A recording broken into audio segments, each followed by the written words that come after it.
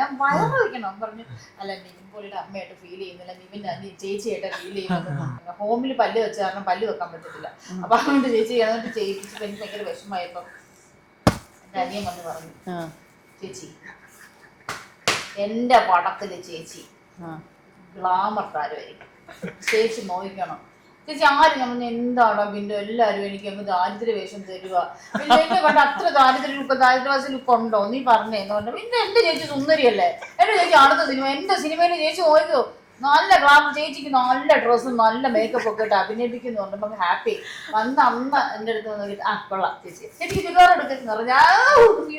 ചുരിദാർ എന്നൊക്കെ പറഞ്ഞ് ചെന്നപ്പോഴത്തേക്ക് ഒരു കീറി പറഞ്ഞ ചുരിദാറും ഒരു കറുത്ത ചരക്കും തന്നിട്ട് മുടി വലിച്ചോരി കെട്ടി വെച്ചിട്ട് ഉള്ളത് പോരാഞ്ഞിട്ട് കുറച്ച് കറുപ്പും കൂടി ഇടിച്ചിട്ട് മറ്റേ വാട്ടർ സ്പ്രേ ഇട്ട് വേർപ്പും ഒക്കെ തന്നിട്ട് പൊക്കോളാൻ പറഞ്ഞു. കഥാപാത്രത്തിന് വേണ്ടി കൂടെ നിൽക്കണം, അല്ലാണ്ട് അല്ലേ